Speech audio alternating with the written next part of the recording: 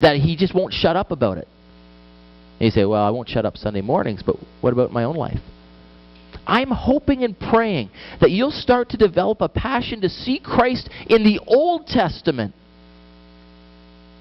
That you'll study on your own and you'll be coming up to me going, I saw this in Isaiah and it was so cool. And I was looking here, and do you think that's what that is? And I'll say, I think so.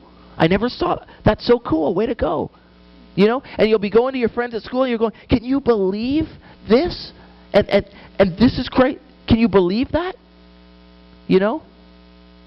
And I'm praying that that'll be a heart that'll stir up inside of you. And in me too. As we look at this in the book of Exodus. Okay? So as we journey together, let me encourage you to be here.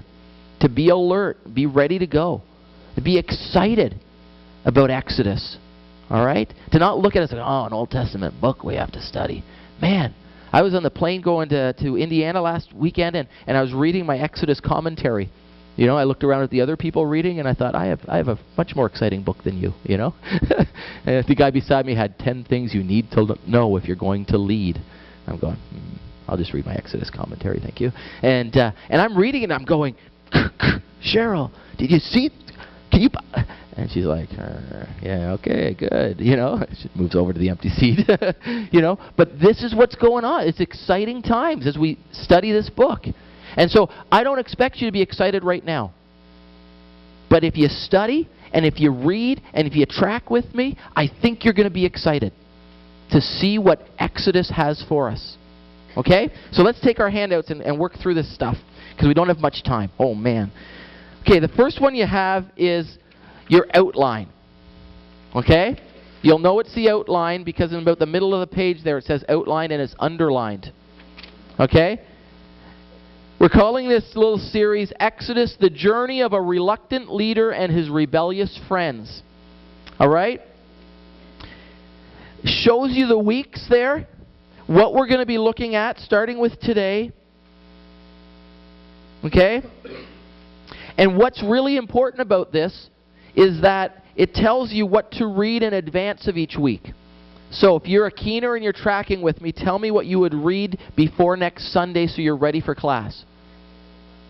Very good. We've got some keeners. All right. Way to go. You don't have a paper? Oh, that's because the boys handed them out. There you go. Did anybody else not get one of these? Oh, okay. Oh, that's way too many hands. Okay. There you go. Is that the one you're missing? Yeah, okay. Can you, Tatiana, would you just go around and give those to the people with the hands? I knew I shouldn't have let the boys do it. Okay. Thanks anyway, guys. No, it was good to have you out. I'm glad you're part of the group. Be encouraged. Okay. So that's the outline for you. I won't go over that in much detail. Back of that page, some expectations. Right? Now these are expectations I have for you that, of course, I in no way can enforce. In fact, I know that some of you in this room, and perhaps I'm even looking at you right now, will go home, get in the car, and cry to Mommy because Pastor Joey's making me do homework. I know some of you are going to do that because your mummies are going to call me on Monday, leave a message because I don't work Mondays, and I might return their calls Tuesday and say it's okay if your son or daughter's too big of a baby to actually study. They don't have to. That's your decision as a parent. Right? But I can't call you this expectation. I can't keep your grades from dropping at school if you don't do the work. I can't affect your college and your future by all this. But I can appeal to you as a son or daughter of God to actually want to study God's Word. Okay?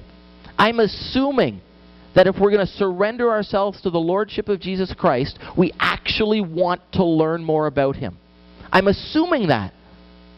In fact, dare I say that if we don't want to study, perhaps we need to consider whether or not we've truly surrendered ourselves to the Lordship of Jesus Christ. Is that not a fair thing to say? When my wife's mad at me and says, "You don't love me," And I say, well, yes, I do. I love you, see? And she says, well, if you love me, you would do this, this, this, and you wouldn't have done that, that, that, and you wouldn't sit in your chair all night and watch TV when I want to talk to you. And I'd say, but I love you. And she'd say, but you don't. And by my behavior, I'm probably saying closer to what she thinks, right? And so we need to consider that. All right? And I'm not trying to put a guilt trip on you. But I do want to lay it out for you because I think this is going to be too good of a series to miss.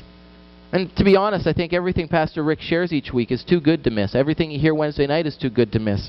But I really want to encourage you through this series to dig in, okay, and to go after it. All right. So expectations. Be here, be alert. Read in advance the chapters, as we've discussed. Take one story, and this is your creative term assignment. All right? You can do this. I believe. Take one story from the book of Exodus. See the outline for some ideas. Then retell it in a way that A, allows your friends to understand not just the story but also the lesson behind it.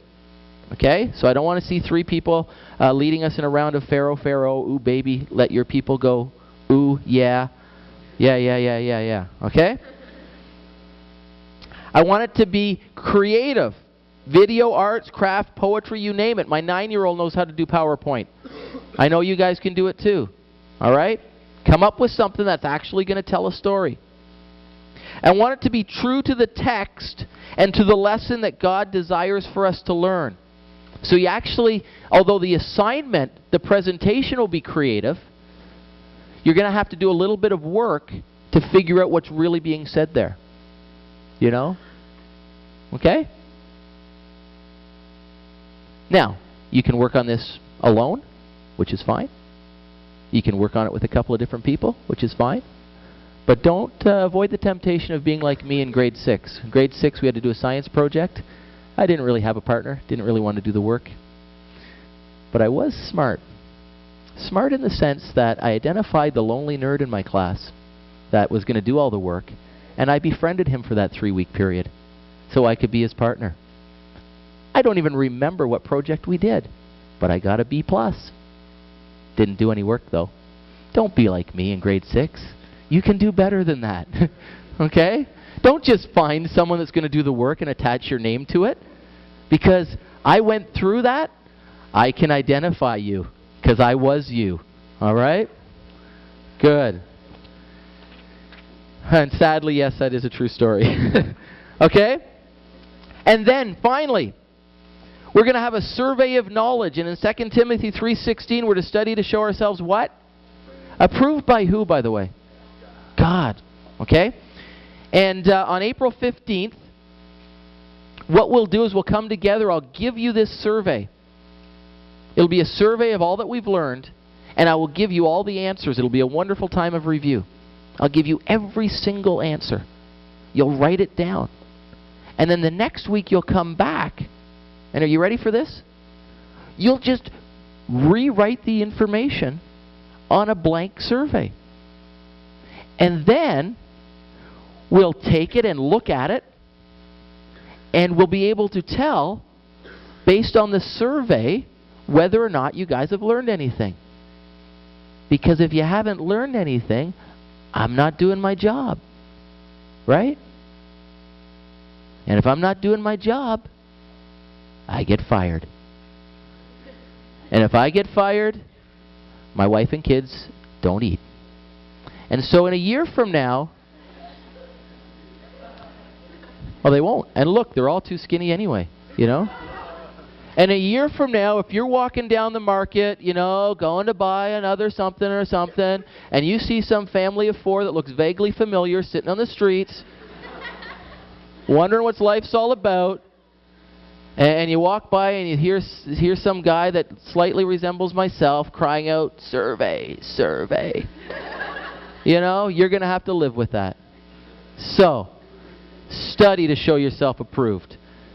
Fill in the survey. Memorize the survey. Come back and rewrite the survey.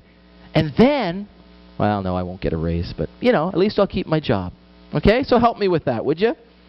All right. Any questions on that before we keep moving? All right, then Pam, I don't have a flicker, so we'll have to have a code of some sort. Maybe it'll just be Pam. If you hear that word, we'll flick. How's that sound? And nobody else will know. We'll just know. Okay?